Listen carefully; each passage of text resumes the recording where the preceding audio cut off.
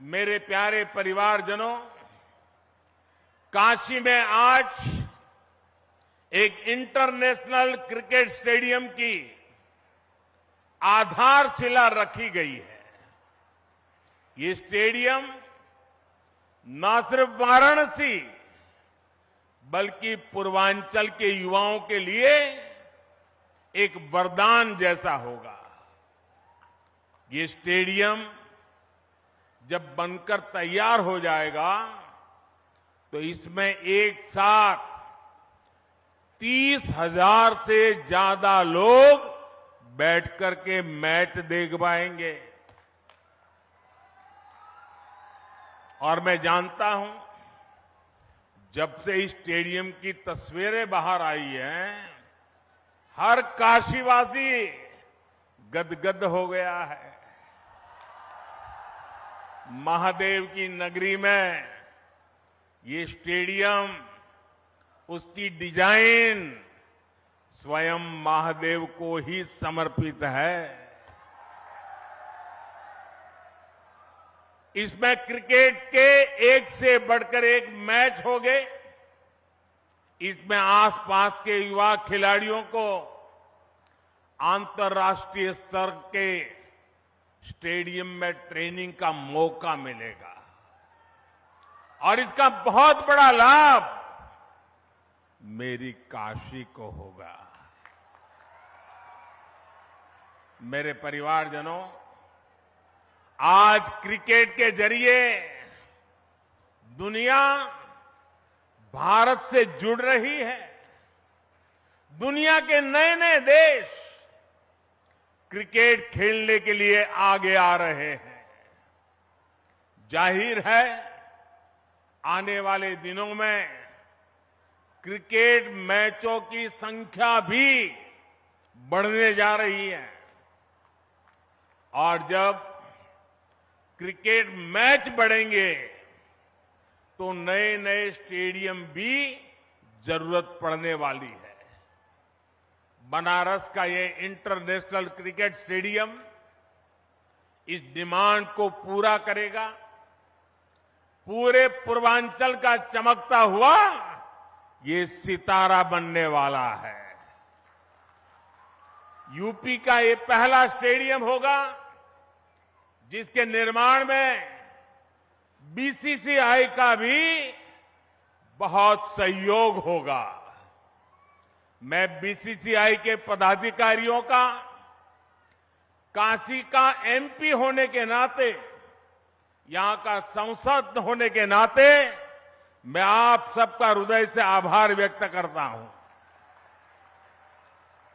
मेरे परिवारजनों, जब खेल का इंफ्रास्ट्रक्चर बनता है, इतना बड़ा स्टेडियम बनता है, तो सिर्फ खेल ही नहीं, स्थानीय अर्थव्यवस्था पर भी उसका सकारात्मक असर होता है।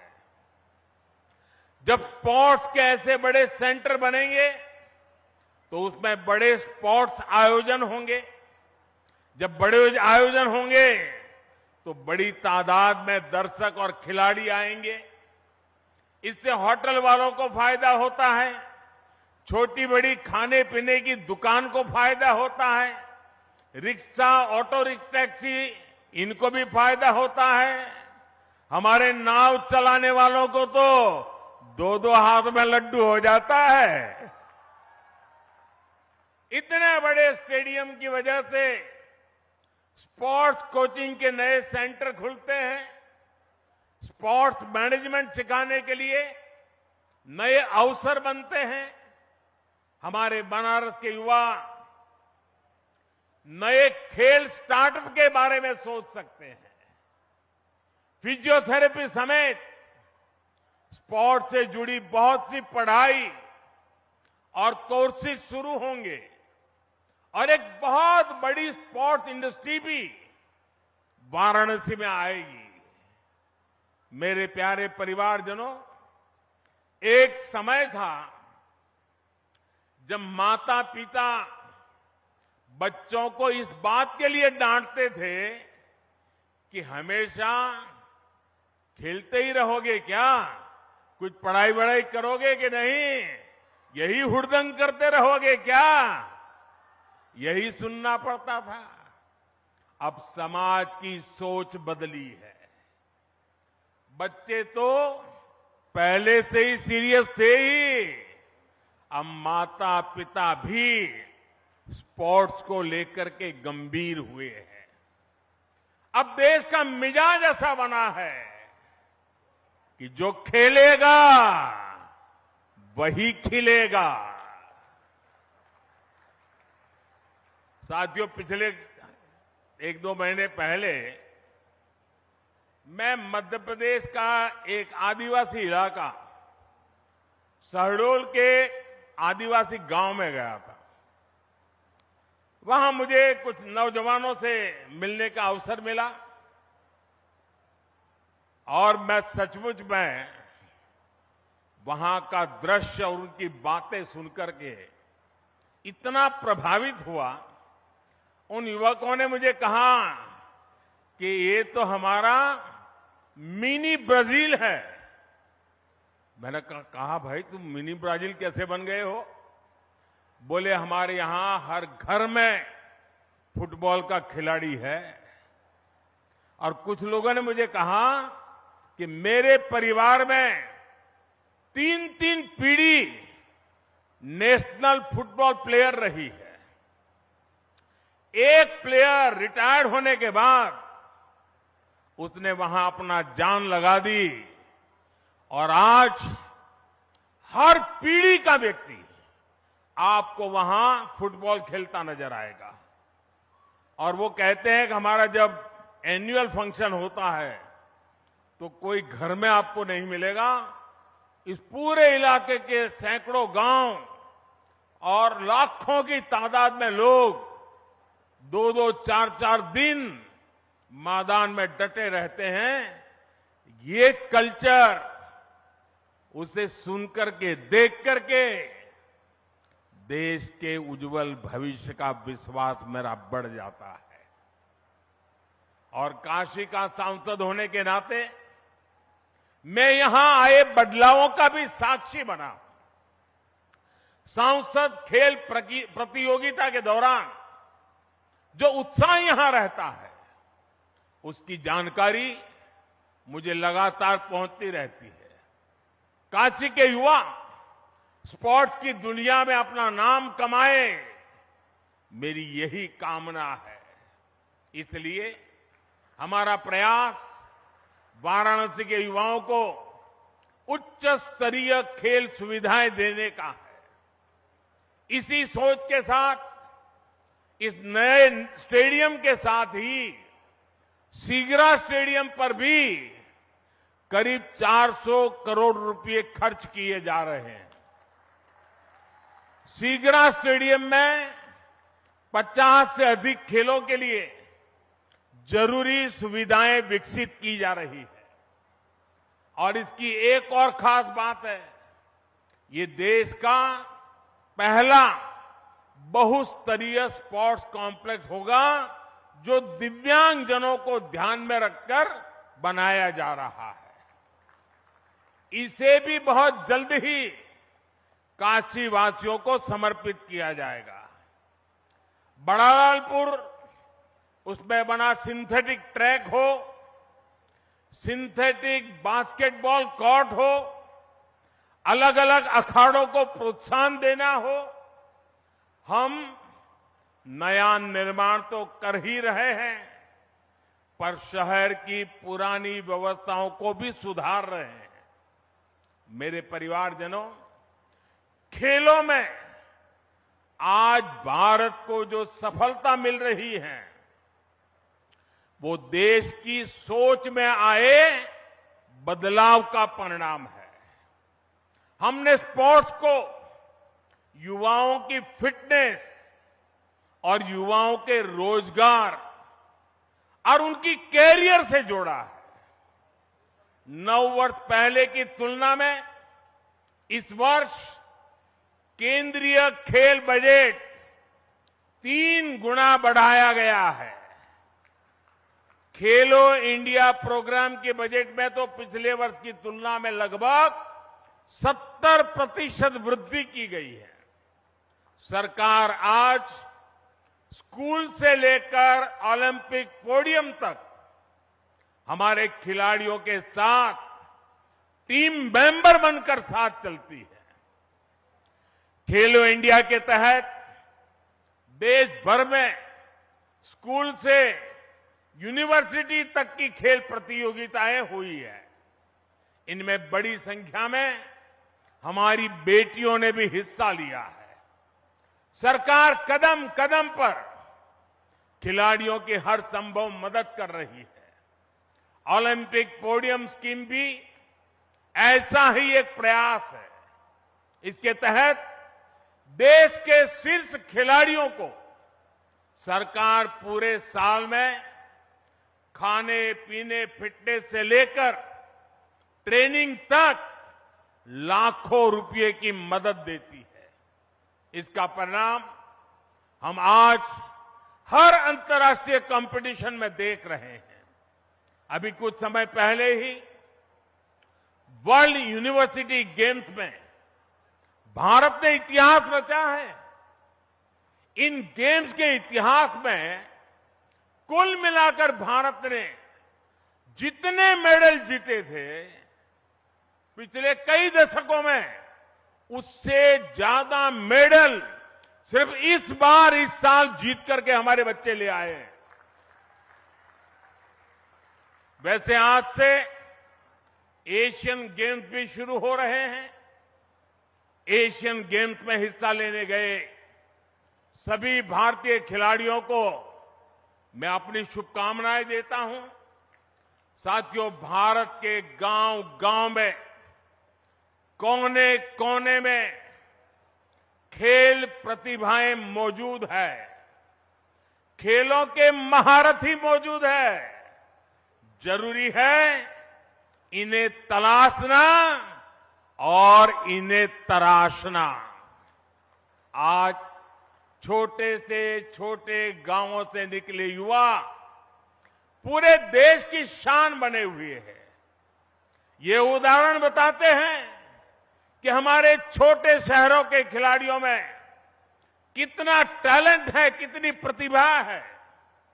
हमें इस टैलेंट को ज्यादा से ज्यादा अवसर देने हैं। इसलिए खेलो इंडिया अभियान से आज बहुत कम उम्र में ही देश के कोने कोने में टैलेंट की पहचान की जा रही है। खिलाड़ियों की पहचान करके उन्हें इंटरनेशनल लेवल का एथलीट बनाने के लिए सरकार हर कदम उठा रही है। आज इस कार्यक्रम में बहुत से दिग्गज खिलाड़ी हमारे बीच विशेष तौर पर पधारे हैं। स्पोर्ट्स की दुनिया में उन्होंने देश का नाम रोशन किया है। काशी से ये स्नेह दिखाने के लिए मैं उन सबका विशेष रूप से आभार व्यक्त करता हूं। मेरे परिवारजनों, आज खिलाड़ियों को आगे बढ़ाने के लिए अच्छे कोच और अच्छे कोचिंग का होना उतना ही जरूरी है। यहां जो दिग्गज खिलाड़ी मौजूद है वो इसकी अहमियत जताते हैं और इसको जानते हैं। इसलिए आज सरकार खिलाड़ियों के लिए अच्छी कोचिंग की व्यवस्था भी कर रही है। जो खिलाड़ी बड़ी प्रतियोगिताओं में खेल कर आते हैं, जिन्हें राष्ट्रीय अंतर्राष्ट्रीय अनुभव है, उन्हें बतौर कोच काम करने के लिए प्रोत्साहित किया जा रहा है। देश में बीते कुछ वर्षों में युवाओं को अलग अलग खेलों से जोड़ा गया है। साथियों, सरकार गांव-गांव में जो आधुनिक खेल के इंफ्रास्ट्रक्चर का निर्माण कर रही है, उससे गांव के छोटे कस्बों के खिलाड़ियों को भी नए मौके मिलेंगे। पहले बेहतर स्टेडियम सिर्फ दिल्ली, मुंबई, कोलकाता, चेन्नई ऐसे बड़े शहरों में ही उपलब्ध थे। अब देश के हर कोने में, देश के दूर सुदूर इलाकों में भी खिलाड़ियों को ये सुविधाएं देने की कोशिश हो रही है। मुझे खुशी है कि खेलो इंडिया प्रोग्राम के तहत जो स्पोर्ट्स इंफ्रास्ट्रक्चर बनाया जा रहा है, उसका बहुत अधिक लाभ हमारी बेटियों को हो रहा है। अब बेटियों को खेलने के लिए, ट्रेनिंग के लिए घर से ज्यादा दूर जाने की मजबूरी कम हो रही है। साथियों, नई नेशनल एजुकेशन पॉलिसी में खेल को उसी कैटेगरी में रखा गया है जैसे साइंस, कॉमर्स या दूसरी पढ़ाई हो। पहले खेल को सिर्फ एक एक्स्ट्रा एक्टिविटी माना जाता था, लेकिन अब ऐसा नहीं है। अब स्पोर्ट्स को स्कूलों में बाकायदा एक विषय की तरह पढ़ाए जाना तय हुआ है। ये हमारी सरकार है जिसने देश की पहली नेशनल स्पोर्ट्स यूनिवर्सिटी मणिपुर में स्थापित की है।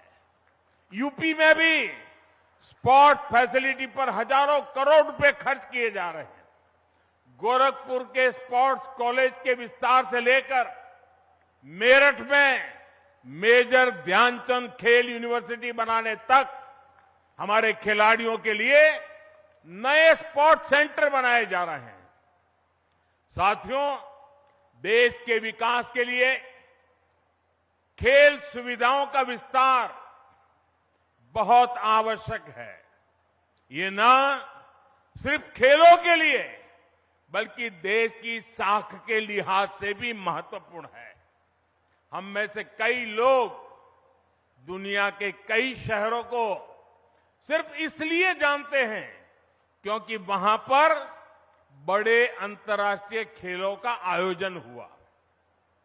हमें भारत में भी ऐसे सेंटर बनाने होंगे जहां ऐसे अंतर्राष्ट्रीय खेल आयोजन किए जा सके। यह स्टेडियम जिसकी आधारशिला आज रखी गई है, खेलों के प्रति हमारे इसी संकल्प का साक्षी बनेगा।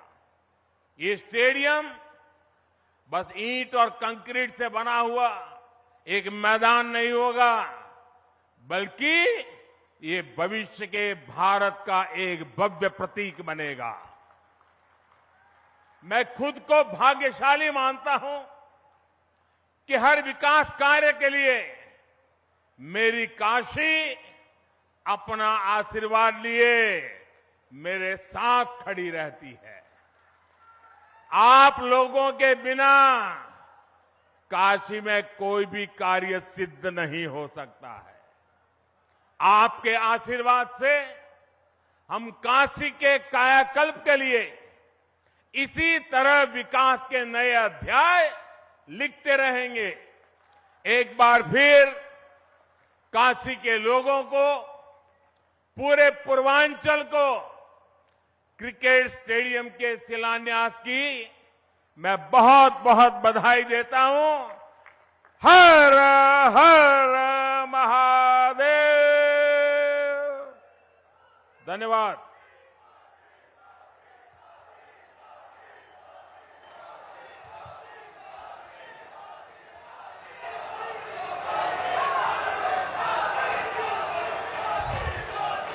भारत माता की, भारत माता की।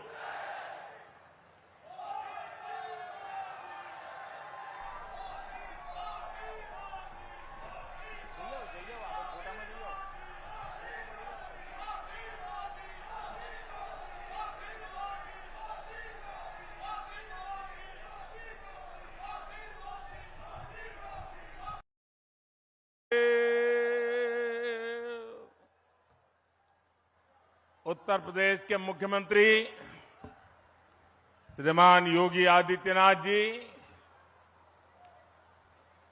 मंच पर विराजमान यूपी सरकार के अन्य मंत्रीगण,